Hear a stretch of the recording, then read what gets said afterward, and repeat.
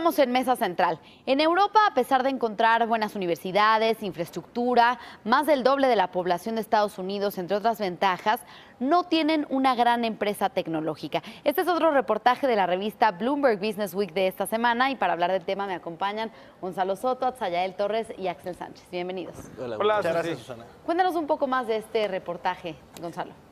Pues a ver, aquí la gran pregunta que tengo es, para que vean que no me engaño, aquí a cualquiera de los tres en la mesa, ahí en casa, a ver quién nos puede dar el nombre de una gran tecnológica europea actualmente. Actualmente no, te hablaría de Nokia, Ericsson, que ya están Son cosa del pasado. En la lona. En la lona. Pero no, incluso se podría hablar de grandes desarrolladoras como Siemens, ¿no? Que siguen siendo grandes y que han tenido más de 100 años de presencia en México, pero que tú digas nueva. No, ninguna startup, ningún unicornio. No, exactamente.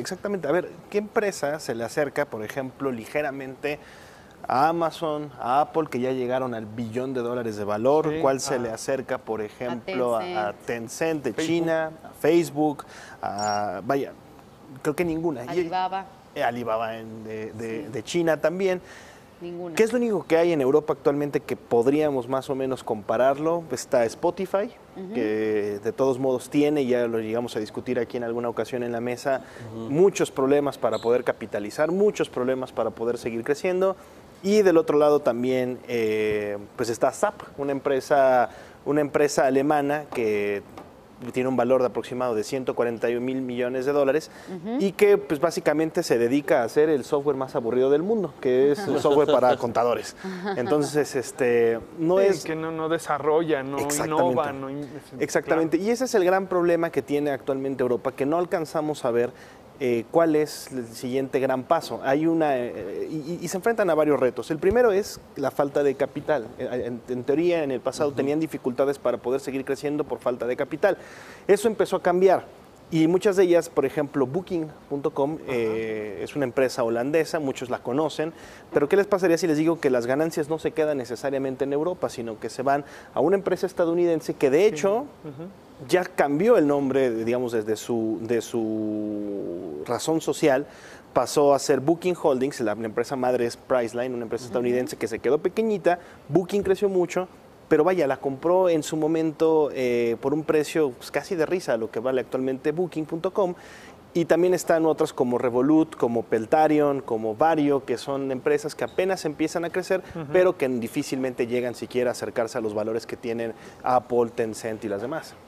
Sí, justamente lo que ha faltado también es apoyar el emprendimiento en Europa, ¿no? Justamente, y dentro del artículo lo explica, ¿no? Que ahorita es el momento donde se están dando grandes inversiones en Europa para desarrollar a estas compañías. Sabemos que Facebook, sabemos que el mismo Twitter no nacieron de un día a otro, tomaron un tiempo para alcanzar estos grandes valores y en este momento el mercado está viendo grandes oportunidades de inversión en Europa, principalmente porque vemos que ahorita ya en Silicon Valley ya están cayendo en un círculo vicioso donde hace unos momentos tú platicabas el caso de Tesla y es un caso muy destacado de una empresa tecnológica que creció mucho. Fue una gran promesa y poco a poco se ha ido cayendo, ¿no? Entonces, vemos que los inversionistas ya están volteando hacia Europa. Hay que ver en el tiempo que marca. Booking creo que es una buena historia destacable de una tecnológica que se ha ido desarrollando, pero faltan más historias de este tipo y nada más el capital es el que les va a marcar el camino. Y además yo agregaría también pues, todos los escándalos en Silicon Valley, ¿no? El tema de la privacidad, ¿no? Ahora ya hay un caso que al parecer, aunque tengas con Google tengas configurada tu privacidad, utilizan tu ubicación, la guardan, no te piden permiso, es decir, hay un descontrol total. Entonces el mercado, ¿qué es lo que está viendo? Pues el mercado de riesgo tiene que abrirse. Estamos viendo, de acuerdo con el reportaje que trae la revista, Berlín es la ciudad que tiene más desarrollo en este sentido y tiene 39, ¿no? Estamos hablando de un número, digo, no es ni siquiera ni siquiera 100, ¿no? Ni siquiera llegan a 100. Entonces, son 39 startups por cada millón de habitantes. Por cada millón de habitantes, exacto. Entonces, digamos que la gran apuesta, existe un gran potencial, ¿no? Sin embargo, no sabemos si tiene que ver con un tema de, a lo mejor, no sé, desarrollo de las capacidades, semillero, si es real. Es difícil ver a Europa en estos lugares, ¿no? Realmente siempre lo vemos en primer lugar en calidad de vida, en desarrollo de vialidades, etcétera. Verlo hasta el fondo de una tabla es complicado. Claro, y más si tienen, pues bueno, el mayor centro financiero y tecnológico en Londres, las oportunidades que se abren en Francia. Por ejemplo, el año pasado sabemos que hubo algunos concursos en los que Francia, a través de la French Tech Ticket, se llevó a varias startups de Latinoamérica a concursar allá y fondearon a estas empresas para que se quedaran en Francia emprendiendo, en sus centros de emprendimiento. Y el interés es muy amplio porque además lo que mencionaba Atza nos lleva a otro punto. El tema de los problemas que están teniendo las grandes tecnológicas de Silicon Valley le abren la puerta para que las europeas comiencen a ganar terreno. Es decir, la gente ya no confía en Google, ya no confía en Facebook, tienen muchos problemas también en otros gigantes de Silicon Valley, como Tesla, ya mencionábamos, Uber es otra de ellas. Entonces este es un momento idóneo para que compañías del viejo continente comiencen a abrirse más puertas. ¿Qué otro problema también han enfrentado las empresas europeas las tecnológicas, las startups tecnológicas en Europa es este regionalismo, apostarle a mercados muy locales? Menciona el reportaje, por ejemplo, que una startup o una tecnológica importante en Alemania puede ser lo más popular en ese mercado y sin embargo apenas a un lado de la frontera en Francia es posible que nadie siquiera haya escuchado hablar de ella. ¿Por las culturas tan distintas o por la baja capacidad de difusión? En general es la apuesta baja a poder ingresar a esos mercados. Okay. Vaya, hay algunas de ellas que lo empiezan a hacer, que empiezan a tratar de crecer y ampliar el mercado. Por ejemplo, menciona una de ellas que está en Alemania, que está en República Checa, que se acaba de ampliar también a Hungría. Pero es su primera expansión desde hace más de 5 años.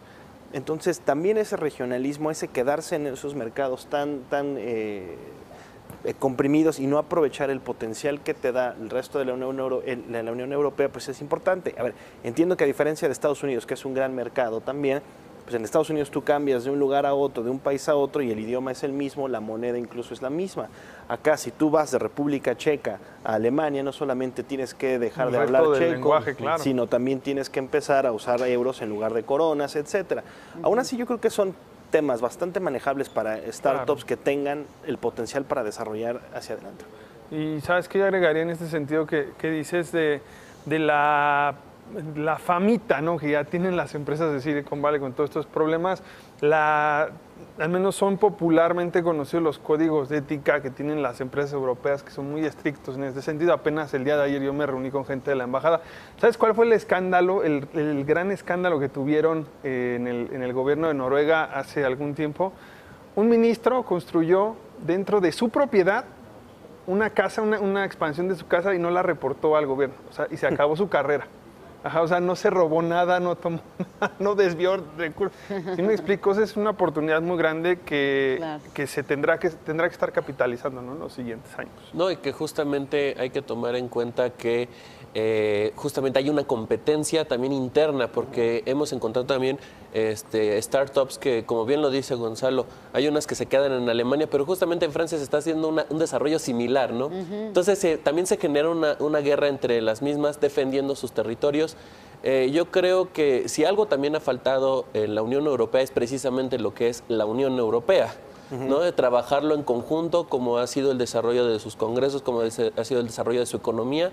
Y ese es un trabajo que se tiene que impulsar desde la Cámara de la misma Unión. Entonces, es el desarrollo económico en base a lo que puedan hacer sus tecnológicas. Y también no sé qué tanta fuga de talento haya, a pesar de los escándalos de Silicon Valley, etcétera, a países como Estados Unidos, y que también por eso estén jalando talento de otras partes del mundo como Latinoamérica, ¿no? Claro, hemos visto en otras ediciones, inclusive reportajes que traen, ¿no, Gonzalo?, sobre cómo llegan, cómo se han convertido estos centros de trabajo en albergues, ¿no?, prácticamente, para mucha gente que llega a todos lados. Así es, de hecho, en la misma revista, perdón, que te interrumpa, Axel, tenemos otro artículo que está un poco ligado, bastante ligado a esto que mencionamos en Europa, y es, por ejemplo, la economía sueca. En una de nuestras notas, que aquí la podemos ver, por ejemplo, te la van a poder ver ahí en pantalla, aquí está. La economía sueca es una de las que más crece dentro de la Unión Europea, y es en gran parte a los migrantes. Y uno de los éxitos para poder incluir a los migrantes es enseñarles, por ejemplo, código. es enseñarles a utilizar los nuevos mecanismos de computación, de machine learning, para poder empezar a desarrollar todas estas startups. Ahora, resulta paradigmático el caso europeo porque, a ver, tienen grandes centros educativos, tienen universidades muy desarrolladas, tienen la infraestructura adecuada, como mencionabas al inicio del segmento, Susana. Recursos. Tienen los recursos económicos, tienen la voluntad política para hacerlo. Parece ser que lo único es que el valor, ¿no? El que se avienten y que empiecen a seguir creciendo. Ideas. Y que impulsen, exactamente. Sí. A ver, Booking.com para mí me parece el caso más importante o el más paradigmático en este sentido. Booking genera el 80% de los 11,000 millones de dólares de ingresos anuales de Priceline. Y aún así, Booking cuando se vendió en 2005 lo hizo por apenas 113 millones de dólares. O sea, es decir, en lugar de apostarle a convertirse en el gran gigante de las reservas de hotel en línea, se fue con la primera empresa que le ofreció un poco de capital para poder seguir impulsando su crecimiento. Ya no es el caso, ya no debería ser el caso, ahora solamente es una cuestión de aventarse a seguir el crecimiento. Conclusiones. Bueno, yo nada más rescataría lo que mencionaba Susi, lo que se ha mencionado aquí, en el tema de los migrantes, y bien lo mencionabas. Por eso muchas startups de Latinoamérica, y hablemos del caso de México, ¿no? Viajan hacia el viejo continente por una razón, porque allá sí hay fondeo y hay impulso. Que no haya casos internos que hayan aprovechado esas oportunidades no quiere decir que no existan. Está el caso de los mismos mexicanos que han ido a Francia, que se han impulsado y que han participado no solamente en ese tipo de concursos o en ese tipo de lo que se les llama también licitaciones para becas, ¿no? Entonces, de cierta manera sí vemos que también hay migrantes latinoamericanos, mexicanos, participando en el desarrollo de startups de Europa. Yo diría nada más que esta baja en la actividad de emprendedores en Europa tiene también que ver mucho de la calidad de vida, el nivel de vida que tienen. Es decir, recordemos por qué surgen las startups, por qué surge todo este tipo de modelos de negocio ante la falta de oportunidades, ¿no? Entonces la gente tiene que innovar en ese sentido. A lo mejor yo creo que está muy ligado a las grandes oportunidades que tiene la gente, ¿no? Yo digo, mi conclusión sería que si Europa estaba esperando que se abriera una pequeña puerta o un pequeño espacio para poder incursionar en el mundo de la tecnología de una manera más fuerte y empezar a crecer a sus empresas, este es el momento. Silicon Valley atraviesa por muchos retos.